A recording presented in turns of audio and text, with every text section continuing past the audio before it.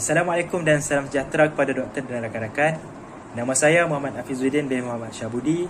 Bersama dengan rakan pembentang saya iaitu Muhammad Fahmi akan membentangkan sebuah topik yang sangat menarik, iaitu berkaitan dengan soalan dengan menggunakan contoh tertentu, bincangkan perluasan makna kata dalam konteks sosiolinguistik budaya Melayu. Jadi, tanpa buang masa, saya akan teruskan kepada bahagian pengenalan terlebih dahulu. Perluasan makna perkataan merupakan aspek yang penting dalam usaha menjamin agar bahasa Melayu terus hidup dan berkembang seperti bahasa utama yang lain di dunia ini.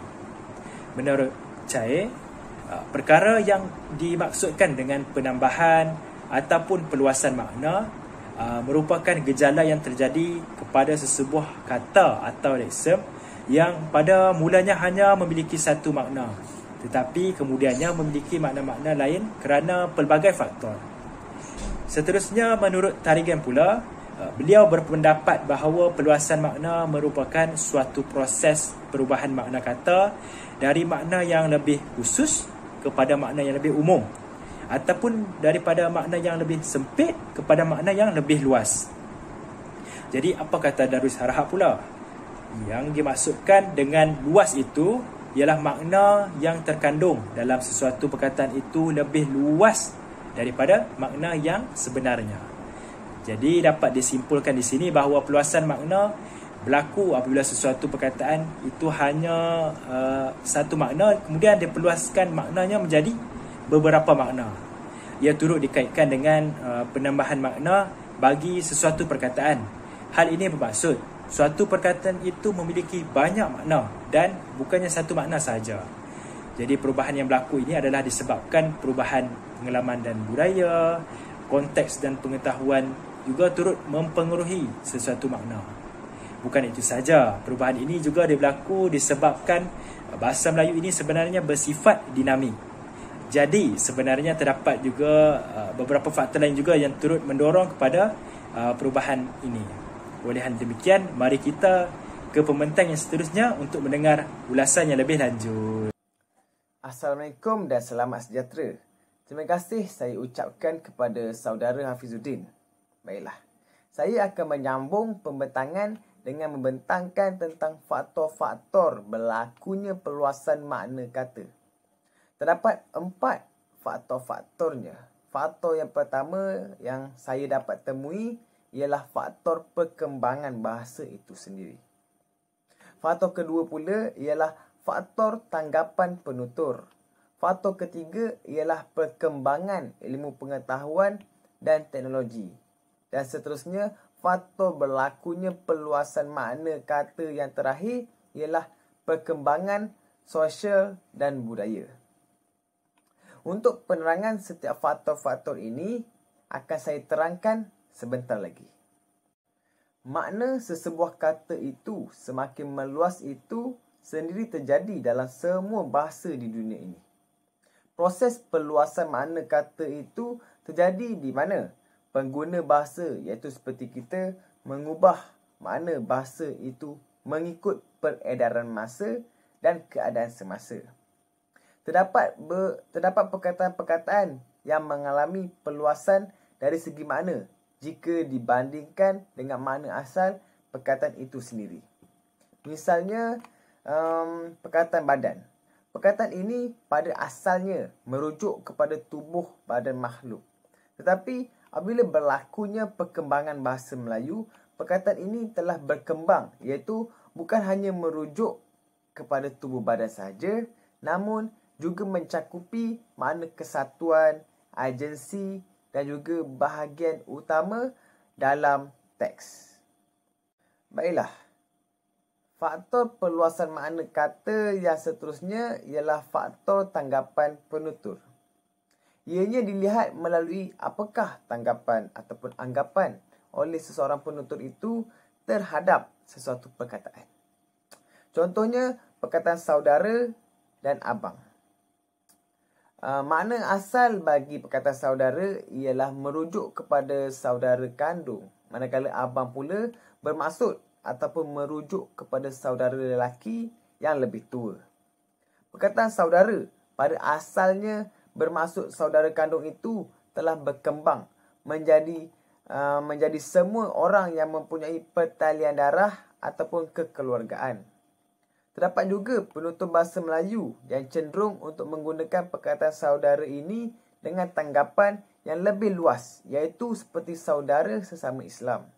Ianya juga dapat dilihat dengan kata abang yang awalnya bermaksud lain dan kini telah meluas penggunaannya seperti untuk panggilan kepada saudara lelaki yang lebih tua tanpa mengira saudara ataupun tidak. Terdapat juga penutur yang bertanggapan abang ini digunakan untuk panggilan suaminya. Oleh itu, kita dapat lihat bahawa hubungan ini bukan sahaja melalui hubungan darah, namun juga pertalian agama. Jadi, daripada contoh ini dapat dilihat bahawa tanggapan penutur terhadap sesuatu perkataan merupakan faktor kepada perluasan makna. Perkembangan ilmu pengetahuan dan teknologi adalah salah satu faktor luar bahasa yang mempengaruhi perluasan makna sesebuah bahasa Melayu. Hal ini dapat dilihat dengan adanya perkembangan ilmu, pengetahuan dan teknologi pada masyarakat pemakai bahasa itu. Maka menyebablah konsep makna yang sederhana akan mengalami perluasan makna sehingga menjadi lebih luas. Perubahan makna dalam ilmu pengetahuan ini wujud apabila adanya pandangan baru ataupun teori baru dalam sesuatu bidang ilmu. Misalnya, yang boleh saya katakan ialah perkataan tangga. Perkataan tangga ini pada asalnya bermakna alat untuk tumpuan memanjat. Namun, seiring dengan perkembangan ilmu pengetahuan, maknanya telah diluaskan menjadi peringkat ataupun urutan. Bagi teknologi pula, teknologi yang wujud ini telah memperluas dan memperkembangkan makna dan aktiviti manusia. Perubahan ini dapat dilihat melalui kata menabung. Maksud asal menabung adalah menyimpan wang dalam tabung yang terdapat lubang kecil. Namun, pada masa kini, perbuatan menabung bukan hanya berupa wang, malah dapat dilakukan di bank, iaitu tidak lagi disimpan di tabung. Jadi, jelas menunjukkan bahawa faktor inilah merupakan salah satu faktor perluasan makna dalam atau perluasan makna kata dalam bahasa Melayu. Faktor perluasan makna kata dalam bahasa Melayu yang terakhir ialah perkembangan sosial dan budaya. Perkembangan dan perubahan kehidupan sosial dan kebudayaan dalam sesebuah masyarakat telah mengubah makna dari sebuah kata.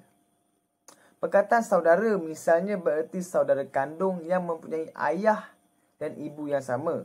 Namun kini, perkataan saudara telah digunakan untuk menyebut orang lain. Dalam sudut sosial, perkataan ini digunakan sebagai kata sapaan yang diberikan kepada mereka yang sama darjat, tidak kiralah dari segi usia ataupun kedudukan sosialnya. Penggunaan ini juga berfungsi bagi menunjukkan sifat kesopanan dan hormat antara masyarakat. Jadi kita dapat lihat di sini bahawa faktor inilah yang telah menyebabkan beberapa perkataan yang digunakan menjadi luas ataupun meluas dalam konteks sosial.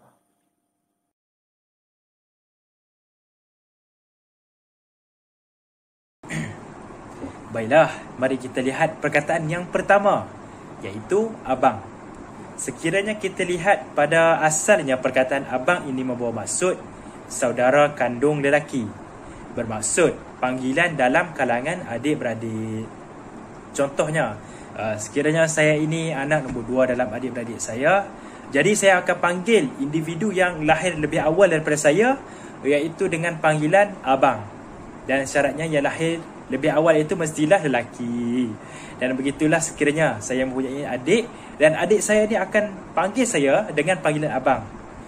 Jadi itu bermaksud asal perkataan abang. Namun sekiranya diperluas makna perkataan abang ini, perkataan abang akan menjadi panggilan kepada orang yang lebih dewasa. Panggilan ini diberikan kepada seseorang yang luar daripada kalangan adik-beradik kita. Contohnya sekiranya kita pergi ke kedai makan ataupun kita membeli makanan di sesuatu gerai yang berada di tepi jalan, kita akan lihat ataupun kita akan dengar kebiasaannya si penjual itu akan memanggil kita dengan gelaran abang. Contohnya, abang nak order apa? Jadi sebenarnya perkataan itu adalah untuk menyapa individu tersebut. Jadi perkara ini jelas menunjukkan bahawa panggilan abang ini bukan sahaja digunakan dalam kalangan anggota keluarga, malahan turut diluaskan penggunaannya kepada orang lain juga. Seterusnya ialah perkataan alim.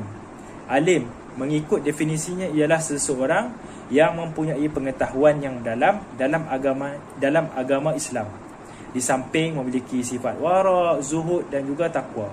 Pada asalnya perkataan alim ini digunakan untuk orang sahaja, hanya untuk merujuk manusia.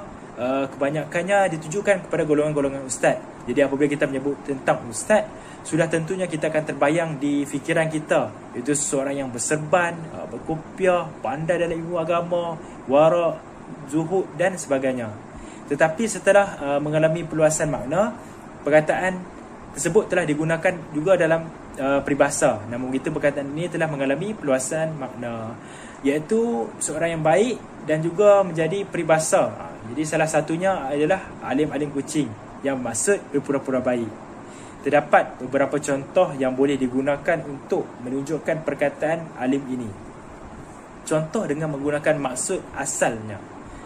Jadi yang pertama, kita dapat lihat ustaz yang alim itu merupakan lulusan daripada Universiti Al-Azhar, Mesir. Yang kedua, sekiranya diluaskan makna, kita dapat lihat dalam ayat berikut. Si alif alim-alim kucing di hadapan orang ramai, sedangkan dialah yang menjadi dalam kes kecurian di kampungnya. Jadi merupakan contoh-contoh ayat yang menggunakan perkataan alim itu. Seterusnya ialah perkataan datuk. Makna asal daripada perkataan ini sudah tentulah kita akan faham bahawa ia merupakan bapa kepada ayah ataupun ibu kita. Dan datuk ini sudah tentulah seseorang yang sudah tua, yang sudah berusia dan juga sudah berumur. Jadi dari situ kita dapat faham tentang perkataan datuk. Setelah mengalami perluasan makna, ia telah membawa maksud kurniaan raja kepada seseorang individu. Contoh ayat yang pertama, datuk sudah berusia 80 tahun. Contoh ayat dalam perluasan makna, Chong Wei telah dianugerahkan darjah cemerlang Seri Melaka di CSM yang membawa gelaran Datuk Wira. Jadi sekiranya kita melihat ayat yang pertama, sudah terang lagi bersuluh kita dapat tahu bahawa perkataan datuk ini merupakan seseorang individu yang sudah tua. Namun dalam ayat yang kedua, adakah perkataan datuk dalam ayat tersebut menunjukkan bahawa Lee Chong Wei itu sudah tua? Sudah tentulah tidak. Perkara ini terjadi disebabkan ia merupakan gelaran hormat yang dikurniakan oleh raja kepada individu tertentu untuk mengenang jasa dan sumbangan mereka. Seterusnya ialah perkataan taman. Makna asal daripada perkataan ini sudah tentu kita akan faham bahawa taman itu merupakan taman bunga ataupun kebun bunga. Sebuah kawasan yang dipenuhi dengan pelbagai jenis tumbuhan dan bunga-bunga yang cantik. Perluasan makna bagi perkataan taman ini dapat dilihat pada taman perumahan, kawasan perindustrian, taman negara. Contoh ayat yang boleh kita lihat perbezaan penggunaan perkataan taman adalah seperti berikut. Yang pertama, ibu sedang bercucuk tanam di taman belakang rumah. Yang kedua, sekiranya digunakan untuk perluasan makna. Yang pertama, Ali tinggal di Taman Mutiara, Kulim, Kedah. Taman Negara Pulau Pinang telah dibuka pada tahun 2003. Jadi perbezaan antara kedua-dua perkataan ini, kita dapat lihat bahawa taman ini bukanlah sekadar kebun bunga, iaitu kawasan dihiasi pokok, bunga, tumbuh-tumbuhan, tetapi sebenarnya dia juga telah merujuk pada sesuatu kawasan yang besar dan juga luas. Kawasan yang memiliki pokok banyak dan juga kawasan alas semula jadi seperti Taman Negara. Seterusnya kita ada perkataan kahwin. Jadi perkataan kahwin ini sebenarnya kita sendiri sudah faham bahawa ia merupakan suatu ikatan yang sah antara lelaki dan perempuan. Memandangkan sekarang ini musim kahwin, jadi kita dapat lihat banyak contoh yang telah ditunjukkan kepada kita berkenaan definisi perkataan kahwin itu. Namun perkataan ini turut diperluas menjadi proses kacukan bagi mendapatkan bakal yang lebih baik. Jadi ayat ini sebenarnya menjurus kepada proses mengahwinkan haiwan. Namun begitu, perkataan kahwin ini turut merujuk kepada himpun ataupun cantum.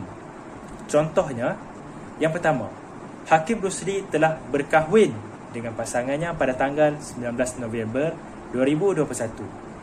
Sekiranya ayat ini digunakan untuk pelaksanaan makna. Jadi sekiranya kita masuk ke dalam kumpulan kucing yang terdapat di Facebook, kita akan dapat lihat banyak ayat-ayat. Contohnya, kucing untuk dikahwinkan. Selain itu, sekiranya kita pergi ke kedai roti canai, kita juga akan mendengar ayat berikut. Abang, roti kahwin satu. Wah, banjir. Perkara ini jelas menunjukkan bahawa perkataan kahwin itu bukan sahaja digunakan untuk manusia, malahan untuk haiwan dan juga untuk benda bukan hidup juga. Berikut perkataan muka. Muka seperti yang kita semua sudah maklum, ia merupakan wajah.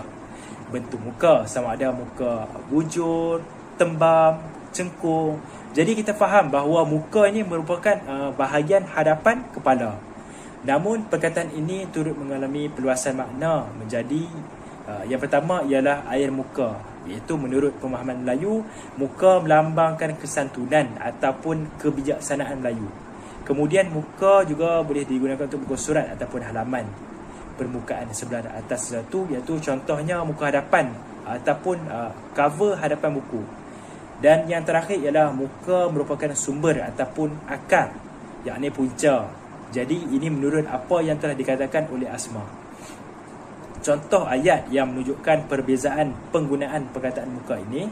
Yang pertama, muka Amirul berbentuk bujur. Sekiranya ayat perkataan ini digunakan untuk pelaksanaan makna, air muka kini berubah apabila ditengking oleh guru disiplin itu sebentar tadi. Yang kedua ialah sila buka buku bahasa Melayu, buka surat 34. Berdasarkan ayat yang telah diberikan, jadi kita dapat lihat dengan jelas penggunaan perkataan muka dalam konteks yang berbeza. Seterusnya ialah perkataan payung. Payung merupakan sebuah alat bertangkai yang biasanya dibuat daripada kain, kertas dan sebagainya, yang dipasang pada kerangka boleh lipat untuk melindungi seseorang ataupun sesuatu daripada terkena hujan atau panas matahari, dan juga digunakan sebagai alat kebesaran raja. Peluasan makna bagi perkataan payung ini, yang pertama ialah belanja dan yang kedua ialah tunjuk. Belanja merupakan aktiviti mengeluarkan wang untuk orang lain, sama ada orang tersebut di bawah tanggungannya ataupun sebaliknya, bertujuan hanya untuk suka-suka ataupun merapatkan hubungan atau atas dasar tanggungjawab. Perkataan payung ini merupakan salah satu bahasa Selangor yang berlaku dalam kalangan masyarakat kita pada hari ini. Ungkapan yang tergolong dalam bahasa tidak rasmi atau tidak baku ini biasanya digunakan oleh golongan remaja ataupun kelompok sosial tertentu untuk tujuan komunikasi. Contohnya, terima kasih bro, payung Starbucks ni. Jadi kita faham bahawa definisi payung yang pertama ini ataupun peluasan makna yang pertama ini menunjukkan suatu perbuatan belanja. Seterusnya ialah payung yang dikenal pasti penggunaannya pada masyarakat ini untuk memperlihatkan ataupun sebagai aktiviti tunjuk. Aksi tunjuk ini merujuk pada menampakkan diri ataupun memperlihatkan. Kata ini merupakan bahasa Selangor yang digunakan oleh kelompok sosial tertentu pada masa kini. Penggunaan kata payung membawa maksud tunjuk ini merupakan digunakan secara meluas, lebih-lebih lagi di media sosial seperti Facebook, Instagram dan juga Twitter. Contohnya, jangan kata abang tak payung. Ujar Amin Parabasik telah beliau menunjukkan gambar percutiannya di Langkawi. Jadi kita dapat lihat bahawa kata payung ini mengalami peluasan makna digunakan sebagai bahasa serangga yang mana ia digunakan oleh suatu kelompok yang tertentu, terutama sekali remaja. Dan perkataan yang terakhir ialah semangat. Suatu zaman dahulu kala, semangat ini merujuk kepada jiwa ataupun roh. Namun pada masa ini, perkataan semangat ini telah menunjukkan suatu perasaan yang timbul dalam diri seseorang. Contoh ayat: orang-orang dahulu percaya akan semangat padi yang mampu menumbuhkan tanaman dengan baik. Jadi perkataan semangat ini menunjukkan bahawa terdapat unsur ataupun roh yang mempunyai kuasa tertentu. Sekiranya digunakan perkataan ini dalam peluasan makna, semangat patriotisme perlu dipupuk sejak kecil bagi menanamkan perasaan cinta kepada negara. Jadi daripada perkataan semangat ini, kita dapat lihat bahawa ia merujuk kepada keinginan ataupun minat yang mendalam terhadap sesuatu perkara. Jadi berikut merupakan sedikit contoh yang menunjukkan perluasan makna. Kesimpulannya, terdapat banyak perluasan makna bagi sesuatu perkataan telah berlaku dalam konteks sosiolinguistik bahasa Melayu. Sesuatu perkataan dalam bahasa Melayu ini dapat dikembangkan dan diluaskan makna menjadi makna yang pelbagai. Setiap perluasan makna yang berlaku ini disebabkan oleh faktor-faktor yang tertentu seperti faktor tanggapan penutur, perkembangan ilmu pengetahuan dan teknologi dan sebagainya. Setiap perluasan makna kata yang berlaku ini secara tidak langsung telah memberi pengaruh yang besar dalam perkembangan dan pembinaan bahasa Melayu itu sendiri. Baiklah, berikut merupakan antara rujukan yang kami gunakan bagi menyempurnakan pembentangan kami. Sekian saja daripada kami berdua. Sekian, terima kasih.